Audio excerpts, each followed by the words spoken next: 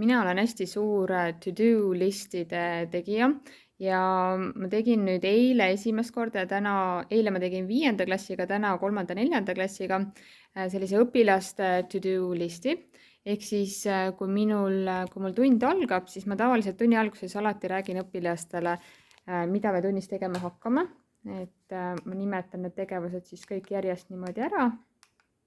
Nii, ja kui ma täna need ära nimetasin, koduse töö panime ka, kodune töö oli ka silmes, siis ma kinnitasin siia tahvlile sellise väikse valge tahvli, kus olid need samad asjad põhimõtteliselt olid kirjas. Ja kui õpilased sai mingi asja tehtud, no näiteks neil oli sõnade töö tehtud, siis üks õpilane tegi siia selle punase linnukese. Et ma omast käest tean, kui hea tunne see on, kui midagi saab tehtud ja saab selle maha tõmmata või siis sinna linnukese kasti ära teha. Et õpilastel oli täpselt samamoodi täna. Et kuna kõik õpilased tahtsid muidugi neid linnukesi siia teha, siis ma võtsin loosi jäätisepulkadega. Ja selle idee sain ma Õpime koos saatest.